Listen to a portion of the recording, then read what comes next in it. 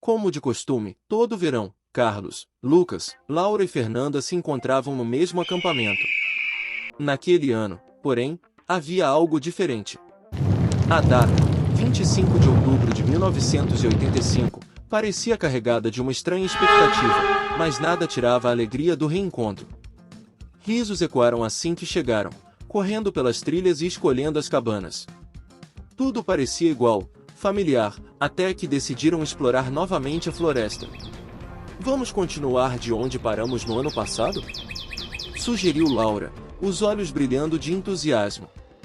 Os outros concordaram, e logo estavam mais fundo entre as árvores, o vento frio arrepiando a pele. Pouco adiante, encontraram uma árvore imensa. Seu tronco era largo, retorcido, como se tivesse crescido em agonia. Gravadas na casca, havia marcas, símbolos que lembravam runas, ou uma escrita antiga, de bruxaria esquecida. Ao redor, explorando, Carlos e Fernanda acharam algo estranho, uma caixa de madeira, incrustada entre raízes grossas e úmidas.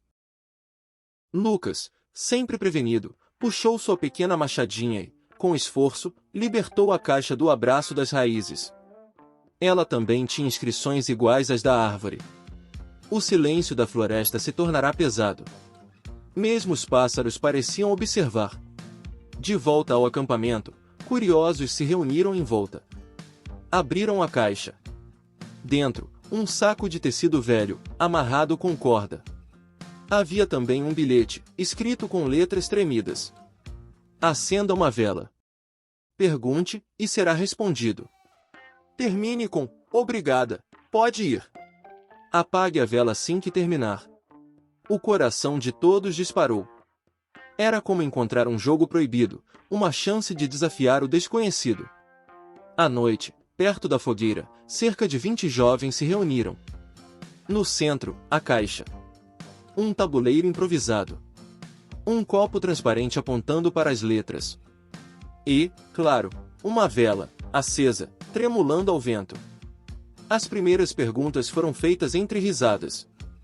Tem algum espírito aqui? Quem morreu nessa floresta? O que você quer de nós? E, para horror e fascínio de todos, as respostas vinham, uma a uma. O copo se movia sozinho. As frases se completavam. Algumas tão assustadoras que arrepiavam até os mais céticos. Carlos, Lucas, Laura e Fernanda, antes os excluídos do grupo, agora eram o centro das atenções. Eles tinham trazido aquilo, eles tinham feito a noite ganhar um brilho sinistro. A empolgação foi tanta que, depois de muitas perguntas, todos foram dormir tarde da noite, ainda rindo nervosamente. Mas ninguém percebeu um detalhe. A vela ficou acesa. Sozinha, queimando até a base. E, quando a chama se apagou, não foi pelo vento, foi como se algo tivesse soprado. Na madrugada, Carlos acordou com um arrepio. Do lado de fora, ouviu passos arrastados e gemidos.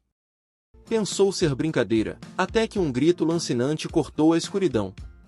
Correu até a janela da cabana e quase vomitou com a cena.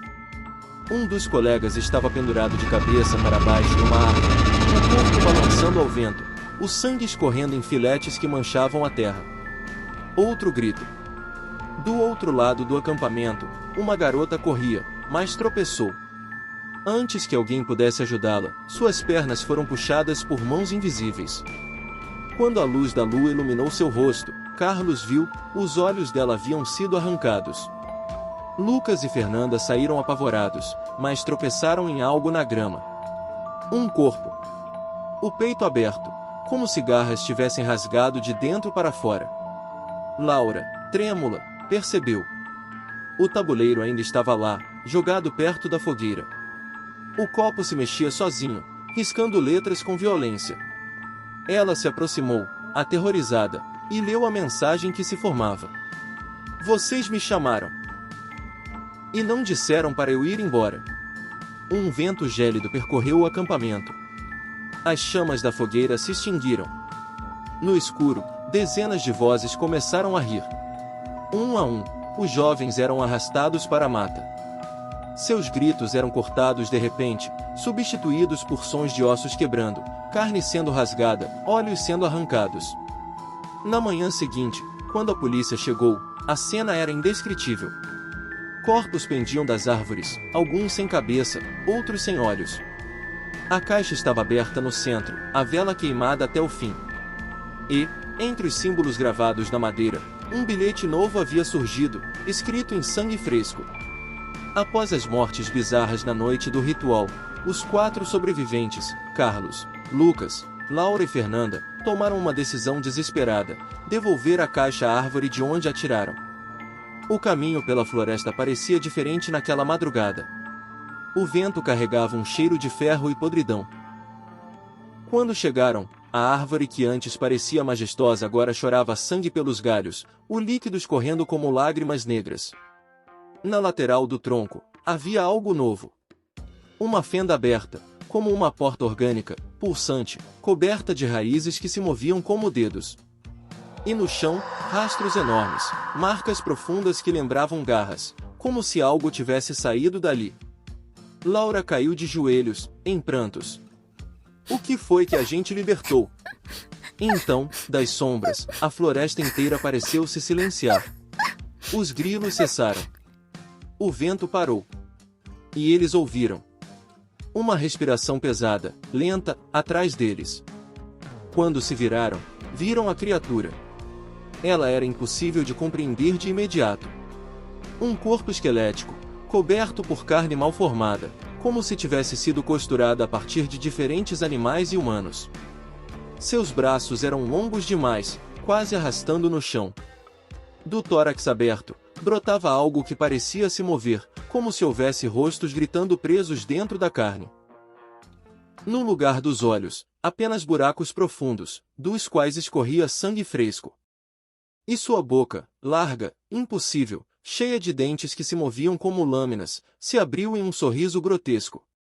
A voz que saiu não era apenas uma, eram muitas vozes juntas, como todos os que já haviam morrido naquela floresta, ecoando em agonia. Livrei. A árvore pulsou, como se comemorasse o retorno de seu filho. E os jovens entenderam tarde demais, a caixa não era apenas um jogo. Era um selo. Um selo que eles haviam quebrado. E agora, o que estava selado, caminhava livre.